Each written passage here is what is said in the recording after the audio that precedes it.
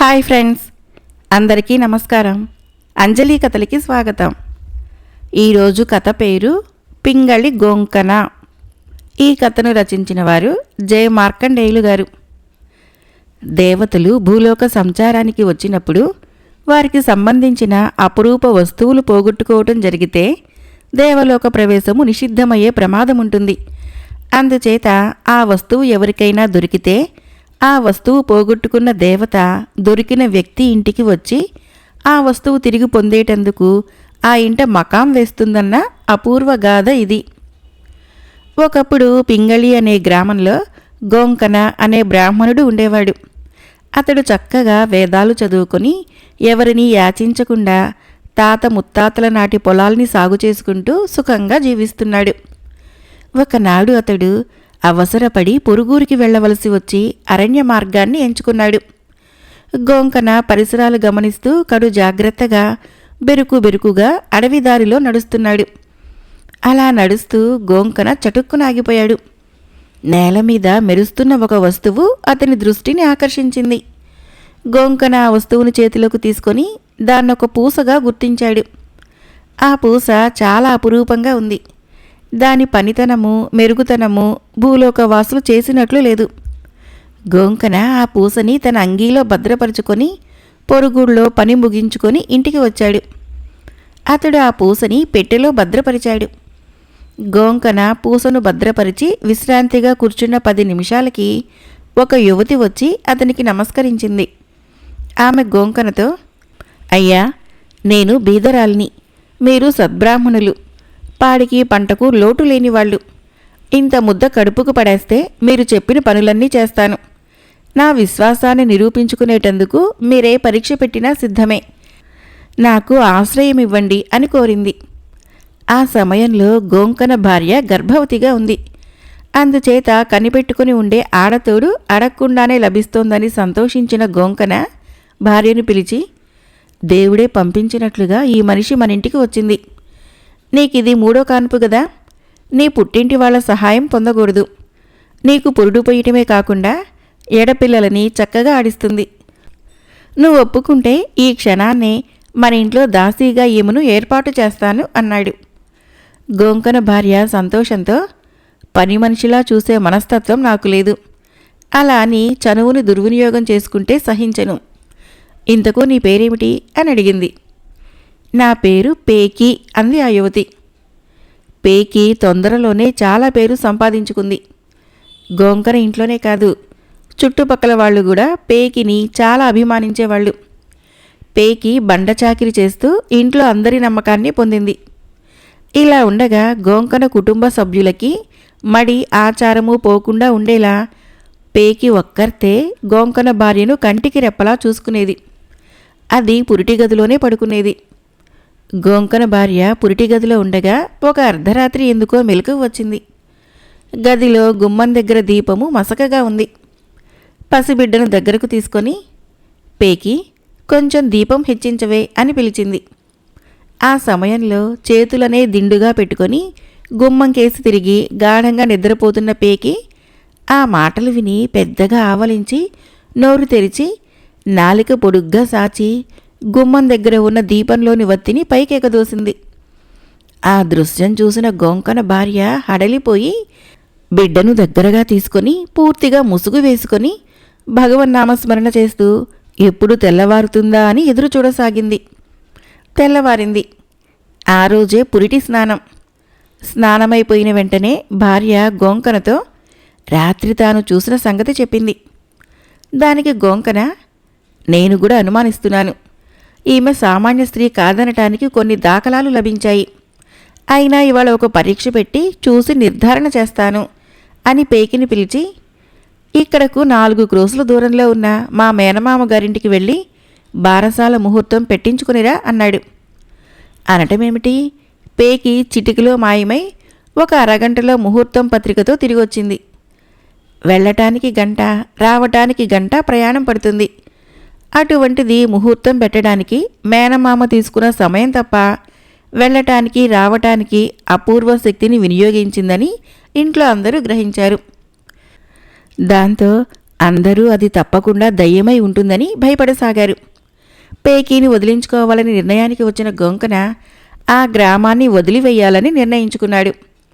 అందుచేత పేకీని పిలిచి, పేకీ, పురిటింటికి పుణ్యాహవచనం చేయించడానికి కాశీ వెళ్ళి గంగాజలం తేగలవా అని అడిగాడు. అంతే, పేకీ మాయమైంది. అదే అదునుగా గోంకన తన వాళ్ళందర్నీ తీసుకొని సామానుతో సహా ఇంటిని ఖాళీ చేసి పక్క గ్రామంలో వేరే ఇల్లు తీసుకొని మకాం పెట్టాడు. పేకీ కాశీ నుంచి గంగాజలంతో తిరిగి వచ్చి చూసేసరికి ఇల్లు ఖాళీగా ఉంది. చుట్టుపక్కల వాళ్ళు గోంకన పక్క గ్రామానికి వెళ్ళిపోయినట్లు చెప్పారు. పేకీ సంగతి తెలుసుకొని ఖాళీ ఇల్లంతా కలియ తిరిగి ఇంటివాళ్లు పట్టుకెళ్లలేక వదిలేసిన రుబ్బురోలును చూసింది. అది పొత్రంతో సహా ఆ రాతి రుబ్బురోలుని చిటికెన వేలితో లేవనెత్తి నెత్తిమీద పెట్టుకుని ఊరివారంతా ఆశ్చర్యంగా చూస్తూ ఉండగా నడుచుకుంటూ గోంకన మకాన్ చేసిన గ్రామానికి బయలుదేరింది. గోంకన వీధి అరుగు మీద కూర్చొని ఉన్నాడు. అప్పుడే వచ్చిన పేకి రుబ్బురోలు నెత్తిమీద పెట్టుకుని అతడికి ఎదురుగా నిలబడి, అయ్యా, నేను రాకుండా ఇల్లు ఎందుకు ఖాళీ చేసేశారు? చూడండి, రుబ్బురోలు తెచ్చాను. లేకపోతే అమ్మగారు ఇబ్బంది పడరు. దీన్ని పెరట్లో పెట్టేస్తాను అన్నది. గోంకన గడగడా వణుకుతూ రుబ్బురోలు పెరట్లో వేసి ఏదో పని చేయటానికి సిద్ధపడుతున్న పేకిని చూసి, అమ్మా, నువ్వెవరివో దేవతా స్త్రీవి, సందేహం లేదు. నీ చేత పనులు చేయించుకొని పాపాన్ని పెంచుకోలేను. నన్ను విడిచిపెట్టు. ప్రతిఫలంగా నువ్వేది కోరినా ఇస్తాను అన్నాడు. పేకి మనోహరంగా నవ్వి, నేనొక గంధర్వ స్త్రీని. నీకు అడవిలో ఒక పూస దొరికింది కదా, అది నాకిచ్చెయ్యి, నా లోకానికి పోతాను. ఆ తర్వాత ఎవరికీ కనపడను. లేదంటే నేనిక్కడే ఉండిపోతాను. నేను దుర్మార్గురాల్ని కాను. నా వలన అపకారం ఉండదు అన్నది. గోంకన భక్తితో ఆమెకు నమస్కరించి లోపలికి వెళ్ళి పెట్టిలో నుంచి పూసని తెచ్చి ఇచ్చేశాడు. ఆ పూస తీసుకుని పేకీ మాయమైంది. మళ్ళీ ఎవరికీ కనపడలేదు. పింగళి గోంకన వంశంలోని వాడైన పింగళి సూరన్న అనే కవి ప్రభావతి ప్రద్యుమ్నం అనే ప్రబంధంలోని ఒక పద్యంలో ఈ కథను ప్రస్తావించాడు. రాఘవ పాండవీయము అనే శ్లేష కావ్యాన్ని రచించిన పింగళి సూరన్న వంశీయుడైన పింగళి గోంకన గారి పేకీ కథ ఈనాటికి ప్రచారంలో ఉందని వీరేశలింగం గారు కవుల చరిత్రలో రాశారు. మరొక కథ, ఈ బేతాళ కథ పేరు గురుదక్షిణ. పట్టువదలని విక్రమార్కుడు చెట్టు వద్దకు తిరిగి వెళ్ళి చెట్టుపై నుంచి శవాన్ని దించి భుజాన వేసుకుని ఎప్పటిలాగే మౌనంగా శ్మశానం కేసి నడవసాగాడు. అప్పుడు శవంలోని బేతాళుడు, రాజా, ఎవరి మీదనైనా పగ ద్వేషం కొద్దీ ఏదో సాధించి తీరాలన్న పట్టుదలతో నువ్విన్ని శ్రమలకు ఓర్పు వహిస్తున్నావేమో నాకు తెలియదు. కానీ తీరా పగ సాధించే అవకాశం దొరికినప్పుడు అపకీర్తి భయం వలనో లేక మరే కారణం చేతనో చాలామంది అసందర్భంగా ప్రవర్తిస్తారు. ఇందుకు ఉదాహరణగా యజ్ఞకర్ముడు అనే ముని కథ చెబుతాను, శ్రమ తెలియకుండా విను అంటూ ఇలా చెప్పసాగాడు. హిమగిరి రాజ్యం పరిపాలించే వీరసేనుడికి విజయవర్ధనుడు ఒక్కగానొక్క కొడుకు. అతడికి సమస్త విద్యలు నేర్పించి మహావీరుడిగా తీర్చిదిద్ద సంకల్పించి తగిన గురువు కోసము ఆయన అన్వేషిస్తున్న సమయంలో రాజధానికి దూరంగా శాంతివనంలో గురుకులం నడుపుతూ తపస్సు చేసుకుంటున్న యజ్ఞకర్ముడు అనే ముని గురించి తెలియవచ్చింది. ఒక మంచి రోజున వీరసేనుడు కుమారుడిని వెంటబెట్టుకుని రథం మీద బయలుదేరిపోయి యజ్ఞకర్ముణ్ణి దర్శించి, మునీశ్వర, నేను ఈ రాజ్యానికి రాజును. వీడు నా కుమారుడు, కాబోయే మహారాజు. నా కుమారుడికి విద్య నేర్పే సువర్ణావకాశం మీకు కల్పిస్తున్నాను. ఇక నుంచి వీడి బాధ్యత మీదే అన్నాడు. అందుకు యజ్ఞకర్ముడు, రాజా, నా వద్దకు విద్య నేర్చుకోవటానికి వచ్చినవాడు రాజు కొడుకైనా కూలివాడి కొడుకైనా నాకొక్కటే. అటువంటప్పుడు నీ కుమారుడికి విద్య నేర్పటము నాకు సువర్ణావకాశమేమీ కాదు. అదీగాక నేనింకా నీ కుమారుడిని శిష్యుడిగా స్వీకరించటానికి సమ్మతించలేదు అన్నాడు. సాక్షాత్తు మహారాజే వచ్చి అడుగుతున్నప్పుడు మీరు అంగీకరించకుండా ఎలా ఉండగలరన్న నమ్మకంతో అలా మాట్లాడాను అన్నాడు వీరసేనుడు. అందరి మంచి చెడ్డలు చూడవలసిన బాధ్యత కలవాడివి. ఇలా అహంకారపూరితంగా మాట్లాడటం తగదు అన్నాడు యజ్ఞకర్ముడు. ఆ మాటకి వీరసేనుడు కోపగించుకొని, మీతో వాదన అనవసరం. నా కుమారుణ్ణి శిష్యుడిగా స్వీకరించి విద్యాబుద్ధులు నేర్పుతారా లేదా అని ప్రశ్నించాడు. యజ్ఞకర్ముడు కొంచెంసేపు ఆలోచించి, నా వద్దకు వచ్చిన ఈ చిరంజీవి ముఖం చూసి విద్యాబోధన చేయటానికి సమ్మతిస్తున్నాను అన్నాడు. యజ్ఞకర్ముడి మాటలకి వీరసేనుడి అహము దెబ్బతిన్నది. అయినా కోపావేశాన్ని అణుచుకొని కొడుకును అక్కడి విడిచి వెళ్ళిపోయాడు. ఆనాటి నుంచి యజ్ఞకర్ముడు విజయవర్ధనుడికి విద్యాబోధన ఆరంభించాడు. 16 సంవత్సరాలు నిండేసరికి విజయవర్ధనుడు వేదాంగాలని క్షుణ్ణంగా అభ్యసించాడు. ఖడ్గచాలనము, అశ్వారోహణము వంటి వీర విద్యలలో అసమాన ప్రజ్ఞాపాఠవాలు సాధించాడు. ఒక రోజున యజ్ఞకర్ముడు విజయవర్ధుణ్ణి చేరబిలిచి, నాయనా, నేటితో నీ విద్యాభ్యాసం ముగిసింది. రాజధానికి పోయి పట్టాభిషక్తుడివై మంచి రాజుగా కీర్తివంతుడివి కా. నీకు నా ఆశీస్సులు ఎల్లవేళలా ఉండగలవు అన్నాడు. విజయవర్ధనుడు గురువు పాదాలకి నమస్కరించి, గురువర్య, మీకేదైనా గురుదక్షిణ ఇచ్చుకోవాలని ఉన్నది, సెలవియండి అన్నాడు. ఆ మాటలకి యజ్ఞకర్ముడిని చిరునవ్వు నవ్వి, విజయ, నీ వంటి ఉత్తముడు శిష్యుడిగా దొరకటమే నాకు సంతోషదాయకం. ఎటువంటి గురుదక్షిణ నేను ఆశించటం లేదు అన్నాడు. ఇందుకు విజయవర్ధనుడు అంగీకరించక, నా సంతృప్తి కోసమైనా ఏదైనా కోరండి అని బలవంతం చేశాడు. విజయవర్ధనుడి మనోగతం అర్థం చేసుకున్న యజ్ఞకర్ముడు, చిరంజీవి, నీ సంతృప్తి కోసము గురుదక్షిణ కోరుతాను. అయితే ఇప్పుడు కాదు, అవసరమైనప్పుడు అడుగుతాను అన్నాడు. విజయవర్ధనుడు గురువుకు పాదాభివందనం చేసి రాజధాని చేరాడు. అన్ని విద్యలలో ఆరితేరి వచ్చిన కుమారుని చూసి రాజు వీరసేనుడు సంతుష్టి చెందాడు. అయితే ఆయనకి తాను లోగడ గురుకులానికి వెళ్ళినప్పుడు తనను తగు విధంగా గౌరవించని యజ్ఞకర్ముడి మీద పగ సాధించాలన్న బుద్ధి పుట్టింది.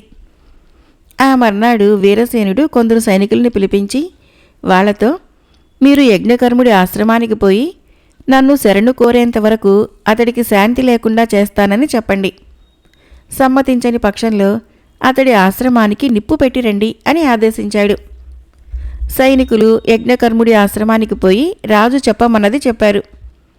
అందుకు యజ్ఞకర్ముడు ఏమాత్రమూ చెలించక, ఛీ, ఆ దురహంకారిని నేను శరణు కోరటమా అన్నాడు.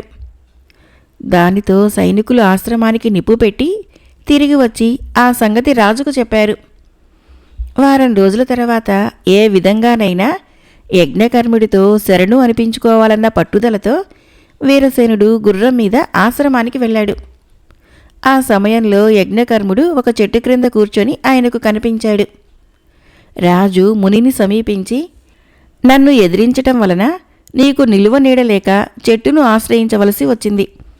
ఇప్పటికైనా మించిపోయిందేమీ లేదు. నన్ను శరణు కోరుకో, అహంకారాన్ని వదులు అన్నాడు. అందుకు యజ్ఞకర్ముడు, రాజా, నాది అహంకారం కాదు, ఆత్మగౌరవం. నువ్వు పరమ దురహంకారివి. నీ కుమారుడికి విద్యాబోధన చేసిన గురువునన్న జ్ఞానం కూడా నీకు లేదు అన్నాడు. దానితో వీరసేనుడు రెచ్చిపోయి, ఈ క్షణానే నీ ప్రాణాలు తీస్తాను అంటూ విల్లు ఎక్కుపెట్టి బాణం వదిలాడు. అయితే ఆ మరుక్షణము యజ్ఞకర్ముడి కనుల నుంచి కాంతి కిరణాలు వంటివి వచ్చి వీరసేనుడు బాణాన్ని మధ్యలోనే బూడిద చేశాయి. ఇది చూసి వీరసేనుడు గుర్రాన్ని వెనక్కు తిప్పి పరుగు తీయించాడు. ఆ తర్వాత ఆయన ఏనాడు యజ్ఞకర్ముడి ఆశ్రమం వైపు పోలేదు. కొన్ని నెలల తర్వాత వీరసేనుడు విజయవర్ధనుడికి వైభవంగా పట్టాభిషేకం జరిపించాడు. ఆ మరునాడే విజయవర్ధనుడు గురువును దర్శించేటందుకు రథం మీద బయలుదేరి వెళ్ళాడు. అయితే అతడికి ఒక చెట్టు క్రింద కళ్ళు మూసుకొని తపస్సు చేసుకుంటూ ఉన్న యజ్ఞకర్ముడు కనిపించాడు. ఆశ్రమ ప్రాంతమంతా తగలబడి ఉన్నది. విజయవర్ధనుడు యజ్ఞకర్ముని సమీపించి పాదాలకు నమస్కరించాడు. యజ్ఞకర్ముడు కళ్ళు తెరిచి, నాయనా, క్షేమమేనా అని పలకరించాడు. గురువర్య, పట్టాభిషక్తుడైన సంతోష సమయంలో మీ ఆశీర్వాదం కోసం వచ్చాను. కానీ తగలబడిపోయిన ఆశ్రమము నన్ను కలతబరుస్తున్నది. ఇది ప్రమాదవశాత్తు సంభవించిందా లేక మరేదైనా కారణమా అని అడిగాడు విజయవర్ధనుడు. అందుకు యజ్ఞకర్ముడు, నాయనా, ప్రమాదవశాత్తు సంభవించింది కాదు. అహంకారంతో కళ్ళు మూసుకుపోయిన ఒక ఉన్మాది ఘాతుక చర్య. వాడు నా ప్రాణం కూడా తీయ ప్రయత్నించాడు అన్నాడు. అది విన్న విజయవర్ధనుడు ఆవేశంగా, ఆ ఉన్మాది ఎవడైనా ఉపేక్షించను. వాడికి శిరచ్ఛేదం చేస్తాను. ఇదే నా ప్రతిజ్ఞ. వాడెవడో సెలవివ్వండి అని అడిగాడు. శిష్యుడి ప్రతిజ్ఞ విని యజ్ఞకర్ముడు కలవరపడి, ఈ కిరాతకం చేసిన వాడెవడో తెలుసుకోకుండా ప్రతిజ్ఞ చేయటము సముచితం కాదు. వాడెవడో తెలిస్తే నువ్వు ప్రతిజ్ఞని ఉపసంహరించుకునే ప్రమాదం ఉన్నది అన్నాడు. గురువర్య, నేను చేసిన ప్రతిజ్ఞ నెరవేర్చనని ఎలా భావిస్తున్నారు? నన్ను శంకించక ఆ కిరాతకుడెవడో తెలియచేయండి అని కోరాడు విజయవర్ధనుడు. యజ్ఞకర్ముడు ఒక క్షణం ఆగి, అతను మరెవరో కాదు, నీ తండ్రి వీరసేనుడు అన్నాడు. అది విని విజయవర్ధనుడు నివ్వెరపోయి, మీకింత అపకారం చేసినవాడు నా తండ్రా? అయినా నేను క్షమించను. మీ పట్ల ఆయనకెందుకంత పగ అని అడిగాడు. యజ్ఞకర్ముడు విజయవర్ధనుడికి మొదటి నుంచి జరిగిందంతా వివరంగా చెప్పాడు. అప్పుడు విజయవర్ధనుడు, గురువర్య, నేనీ క్షణానే పోయి నా తండ్రిని తీసుకుని వచ్చి మీ పాదాల దగ్గర ఆయనకు శిరచ్ఛేదం చేస్తాను అంటూ వెనుదిరిగాడు. యజ్ఞకర్ముడు శిష్యుణ్ణి ఆగమని, నాయనా, జ్ఞాపకం ఉన్నది కదా, ఒకనాడు గురుదక్షిణ కోరమని ఒత్తిడి చేశావు. తగిన సమయంలో అడుగుతానన్నాను. ఆ సమయం ఇదే అన్నాడు. గురువర్య, అడగండి అన్నాడు విజయవర్ధనుడు చేతులు జోడించి. నీ తండ్రికి ప్రాణభిక్ష పెట్టు. అదే నేను కోరే గురుదక్షిణ అన్నాడు యజ్ఞకర్ముడు. గురుదేవ, మీ ఆజ్ఞను శిరసా వహిస్తాను అని విజయవర్ధనుడు యజ్ఞకర్ముడి పాదాలు స్పృశించి అక్కడి నుంచి వెళ్ళిపోయాడు. బేతాళుడు ఈ కథను చెప్పి, రాజా, తనకెంతో కీడు చేసిన రాజు వీరసేనుణ్ణి తన తపశ్శక్తితో బూడిద చేయగలిగి ఉండి యజ్ఞకర్ముడు అతన్ని ఎందుకు విడిచిపుచ్చాడు? అపకీర్తి భయం వలన? ఒకవేళ అది కారణం కాదనుకుంటే కొత్తగా రాజ్యాభిషేకం చేసుకున్న విజయవర్ధనుడి ద్వారా ఆ కార్యం సాధించవచ్చు. అయినా యజ్ఞకర్ముడు అందుకు అంగీకరించలేదు. ఈ సందేహాలకి సమాధానం తెలిసి కూడా చెప్పలేకపోయావో నీ తల పగిలిపోతుంది అన్నాడు. దానికి విక్రమార్కుడు, సర్వసంగ పరిత్యాగి అయి రాగద్వేషాలకు అతీతంగా జీవించే యజ్ఞకర్ముడు లాంటి మనిషికి అపకీర్తి భయం కానీ కీర్తికాంక్ష గాని ఉండగలవనుకోవడము పొరపాటు. అటువంటి మహాపురుషులు తమకు కీడు చేసిన వారిని గట్టిగా హెచ్చరించి క్షమిస్తారే తప్ప వాళ్లపై పగ సాధించేటందుకు తాముగా గాని పరోక్షంగా గాని పూనుకోరు. ఈ కారణాల వల్లనే యజ్ఞకర్ముడు గురుదక్షిణ పేరుతో శిష్యుడైన విజయవర్ధనుణ్ణి తండ్రికి హాని చేయకుండా వారించాడు. అందువలన యజ్ఞకర్ముడి ప్రవర్తనలో కీర్తి అపకీర్తుల ప్రసక్తికి ఏమాత్రమూ ఆస్కారం లేదు అన్నాడు. రాజుకు ఈ విధంగా మౌనభంగం కలగగానే బేతాళుడు శవంతో సహా మాయమై తిరిగి చెట్టెక్కాడు.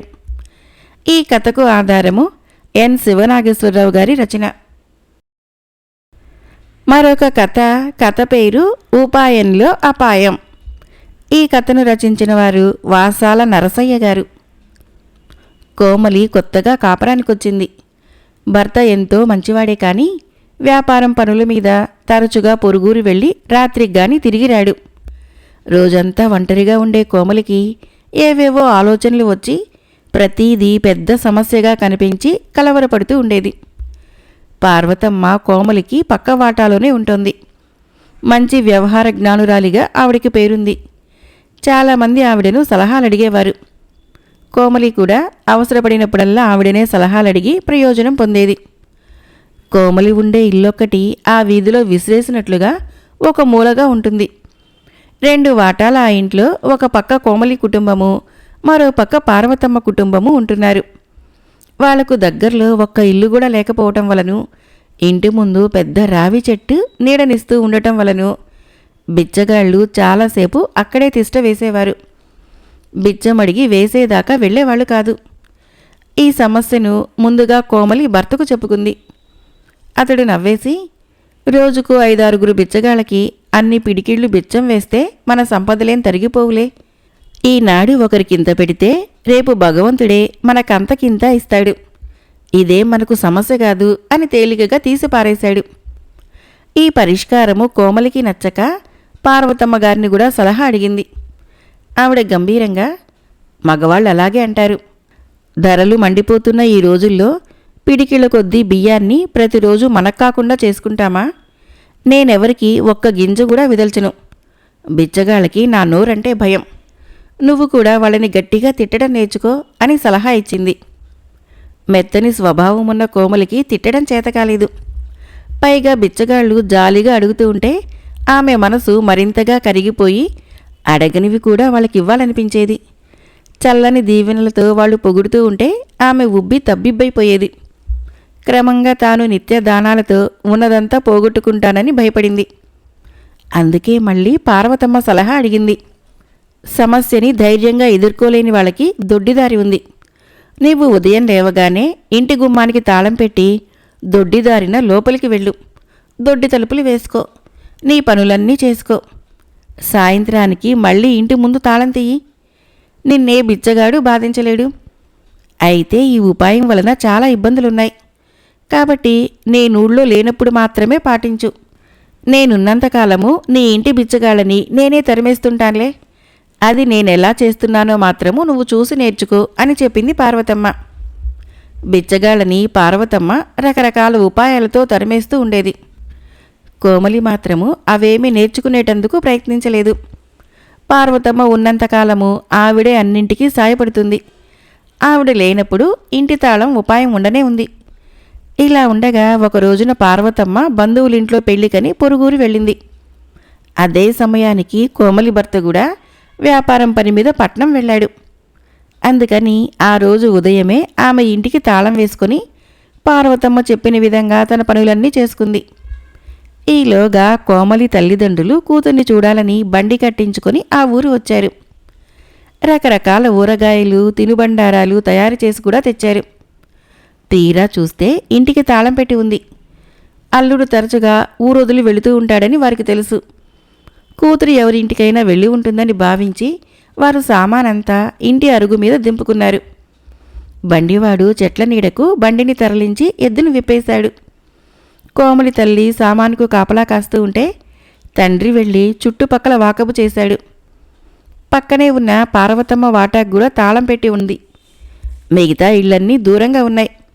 అడిగితే అందరూ కూడా పార్వతమ్మ పెళ్లికి వెళ్ళిందని చెప్పారు. కోమలి గురించి ఎవరూ ఏమీ చెప్పలేకపోయారు. కోమలి తండ్రి ఉసూరుమంటూ వెనక్కి తిరిగి వచ్చి, సాయంత్రం దాకా చూద్దాం. కానీ అమ్మాయి కూడా పార్వతమ్మతో పెళ్లికి వెళ్ళిందేమోనని నాకు అనుమానంగా ఉంది అన్నాడు.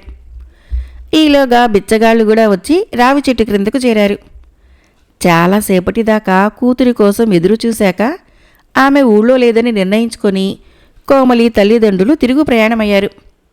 మర్నాటిదాకా నిల్వ ఉండని తినుబండారాలు కొన్నింటిని వాళ్ళు బిచ్చగాళ్ళకి దానం చేశారు. కోమలి తల్లిదండ్రులు తిరుగు ప్రయాణంలో ఊరి పొలిమేర చేరుకునే సమయానికి వారికి పట్నం నుంచి తిరిగి వస్తున్న అల్లుడు వారిని తిరిగి తమ ఇంటికి తీసుకుని వెళ్ళాడు. ఆ సమయానికి కోమలి ఇంటి తాళం తీస్తూ కనబడింది. అసలు విషయం వినగానే, ఈ దిక్కుమాలిన ఉపాయం వలన రాక వచ్చిన నా తల్లిదండ్రుల్ని కష్టపెట్టాను. వాళ్ళు తెచ్చిన తినుబండారాలు బిచ్చగాళ్ళకే దక్కాయి. ఇక్కడి నుంచి సమస్య పరిష్కారానికి దొడ్డిదారి వెతుక్కోను. ధైర్యంగా సమస్యలను ఎదుర్కొంటాను అని అనుకుంది కోమలి. మరొక కథ పేరు కచేరీ ఉద్యోగం. ఈ కథను రచించిన వారు కె భాషా గారు. కచేరీలో ఉద్యోగం ఉందని తెలిసిన శేఖరుడు తన ప్రయత్నం తాను చేద్దామని బయలుదేరాడు. కచేరీకి దగ్గరలో ఒక రావి చెట్టు నీడలో కూర్చొని ఉన్న జ్యోతిష్కుణ్ణి చూసి వాడు ఆగిపోయాడు. రానాయనా, నీ మనసులో ఏముందో అడుగు అంటూ జ్యోతిష్కుడు శేఖరుణ్ణి ఆహ్వానించాడు. కచేరీలో ఉద్యోగానికి వెళుతున్నాను. నాకేమైనా అవకాశం ఉందా అని అడిగాడు శేఖరుడు. జ్యోతిష్కుడు శేఖరుడు తెలివి అంతంత మాత్రమేనని గ్రహించాడు. వాడి చేయి చూస్తూ, కచేరీలో ఉద్యోగం రావాలంటే నీకున్న అవకాశాలు చాలా ఎక్కువ. కానీ ఒక్కటే చిక్కు, గొప్పవారి బంధువులెవరూ ఈ ఉద్యోగాన్ని ఆశించకూడదు అన్నాడు. నా అదృష్టం బాగుంటే గొప్పవారి బంధువులెవరూ ఈ ఉద్యోగానికి రారు అంటూ శేఖరుడు జ్యోతిష్కుడు చేతిలో ₹1 నాణ్యాన్నుంచి ముందుకు సాగిపోయాడు. అంతలో రాఘవుడు అనే వడల వచ్చాడు. వాడు కూడా కచేరీలో ఉద్యోగానికే వెళుతున్నాడు. జ్యోతిష్కుడు వాడిని కొన్ని ప్రశ్నలు వేసి వాడి తెలివి సుమారైనదని గ్రహించాడు. పక్కనే ఉన్న శిష్యుడితో, ఈ ప్రపంచంలో తెలివైన వాళ్ళకి రోజులు కావివి. కచేరీలో ఉద్యోగానికి ఇంతకంటే అర్హులెక్కడుంటారు? ఇతడి చేతిలో అదృష్టరేఖ స్పష్టంగా కనబడుతున్నది. ఇంత అదృష్టరేఖ ఉన్నవాడు కచేరీలో స్థిరపడతాడా అన్నది నా అనుమానం. ఇతడికి ఉద్యోగం రాకుంటే అందుకు కారణము అదృష్టరేఖే అవుతుంది అన్నాడు. రాఘవుడు ఎంతగానో సంతోషించి జ్యోతిష్కుడి చేతిలో 2 రూపాయలుంచాడు. అప్పుడు కమలాకరుడలా వచ్చాడు. వాడికి కూడా కచేరీలో ఉద్యోగం కావాలి. జ్యోతిష్కుడు వాడిని కొన్ని ప్రశ్నలు వేసి వాడు చాలా తెలివైన వాడిని గ్రహించి, కచేరీలో ఉద్యోగాలు తెలివి తక్కువ వాళ్ళకే గాని తెలివైన వాళ్లకు రావు బాబు. నీవు రాజు కొలువుకు వెళ్ళవచ్చునుగా, అక్కడ నీ ప్రతిభకు విలువ ఉంటుంది అన్నాడు. అయిన వాళ్లకు దగ్గరలోనే ఉంటాననే ఆశపడుతున్నాను. అవసరపడితే రాజధానికే వెళతాను, తప్పుతుందా అంటూ కమలాకరుడు జ్యోతిష్కుడి చేతిలో 3 రూపాయలించి వెళ్ళాడు. అప్పుడు శిష్యుడు ఆశ్చర్యంగా, మీరు ముగ్గురికి 3 విధాలుగా చెప్పారు, అందుకు కారణమేమిటి అన్నాడు. జ్యోతిష్కుడు నవ్వి, శేఖరుడు తెలివి తక్కువవాడు, అలాంటి వాడికి కచేరీలో ఉద్యోగం దొరకదు. ఆ విషయం చెబితే నిరుత్సాహపడతాడు. ఆ ఉద్యోగము గొప్పవారి బంధువులకే ఇస్తారని చెబితే ఉద్యోగం రాకపోవటానికి తన తెలివి తక్కువతనం కారణం కాదు అని తృప్తి చెందుతాడు. రాఘవుడికి తెలివి ఉంది, కానీ కచేరీలో ఉద్యోగం అతడికి రాదని నాకు తెలుసు. ఇంతకంటే గొప్ప అదృష్టము తన కోసం వేచి ఉందని తృప్తి పడతాడని అతనికి అలా చెప్పాను. కమలాకరుడు చాలా తెలివైనవాడు, అతడికి కూడా ఈ ఉద్యోగం రాదు. అందుకని అతడి ప్రతిభకు విలువ ఉండే చోటు సూచించాను అన్నాడు. ఆ ముగ్గురిలో ఎవరికీ ఉద్యోగం రాదని మీరెలా చెప్పగలరు అన్నాడు శిష్యుడు. వాళ్ళ ముగ్గురి కంటే బాగా ఎక్కువ చదువుకున్న నేనే ఎన్నో ప్రయత్నాలు చేసి ఆ ఉద్యోగాన్ని సాధించలేక చివరికిలా జ్యోతిష్కున్నయ్యాను. మనుషుల మనస్తత్వాలు ఆకలింపు చేసుకుని వారిని సంతోషపెడుతూ నా బ్రతుకు తెరువు చూసుకుంటున్నాను అన్నాడు జ్యోతిష్కుడు. అయితే కచేరీలో ఉద్యోగము ఎవరికొస్తుందంటారు అన్నాడు శిష్యుడు. కచేరీ ఉద్యోగము ఎవరికి రాదో సులభంగా చెప్పగలను. ఎవరికొస్తుందో, ఎందుకొస్తుందో, ఎలా వస్తుందో చెప్పటము ఆ బ్రహ్మతరం కూడా కాదు అంటూ వివరించాడు జ్యోతిష్కుడు. మరొక చిన్న కథ పేరు పేదవాడి తెలివి. రఘుపతి ధనవంతుల బిడ్డ. చదువు బాగానే వచ్చింది, దైవభక్తి ఉంది, కానీ తెలివితేటలు మాత్రము అంతంత మాత్రం. వాడే పని చేసినా అవకతవకగా ఉందని నలుగురు నవ్వేవాళ్ళు. దేవరాజు పేద యువకుడు, చదువుకోలేదు. వాడికి దేవాలయం వైపు వెళ్లే సమయం దొరకదు. అపారమైన తెలివితేటలతో ఏ పని తలపెట్టినా విజయం సాధించేవాడు. నలుగురు శభాష్ అని మెచ్చేవారు. ఇది గమనించిన రఘుపతికి ఉక్రోషం వచ్చి, అన్ని హంగులు ఉన్నాయి నాకు, భక్తుడినైన నాకు లేని తెలివి నీ భక్తుడి కాని దేవరాజుకిచ్చావు, ఇది న్యాయమా అని మనసులో దేవుణ్ణి నిందించుకున్నాడు. ఆ రాత్రి రఘుపతికి కలలో దేవుడి కనిపించి, ఇతరులకి అపకారం చేయకుండా బ్రతికే వారందరూ నా భక్తులే. నీకు అన్ని హంగులు ఇచ్చాను, తెలివి లేకున్నా నువ్వు బ్రతకగలవు. దేవరాజుకు తెలివి ఎక్కువ ఉన్నమాట నిజమే, కాని వాడు తన తెలివినంతా నీకున్నటువంటి హంగులు సంపాదించడానికే ఉపయోగిస్తున్నాడు. అంటే వాడింకా నీకంటే ఎంతో వెనకబడి ఉన్నాడనే అర్థం. తెలివిని కూడా అందరికీ సమంగానే ఇచ్చాను. అవసరమున్నవారు వాటిని బాగా ఉపయోగించుకుంటారు, లేనివారు ఉపయోగించరు. ఈ ప్రపంచంలో తెలివి అవసరం బ్రతకగలగటమే ఒక అదృష్టం. ఉన్న హంగులతో తృప్తి పడకుండా నువ్వింకా గొప్ప లక్ష్యం ఏర్పరచుకుంటే నీ తెలివి విజయాలు సాధించగలదు అని మాయమయ్యాడు. అప్పటికి రఘుపతికి అసలు తప్పు తనదే కానీ దేవుడిది కాదని అర్థమైంది. కథ అయిపోయింది. ఫ్రెండ్స్, ఈ కథలు నచ్చినట్లయితే మన ఛానల్ని తప్పకుండా సబ్స్క్రైబ్ చేయండి, లైక్ చేయండి, షేర్ చేయండి, కామెంట్ చేయండి. Thank you.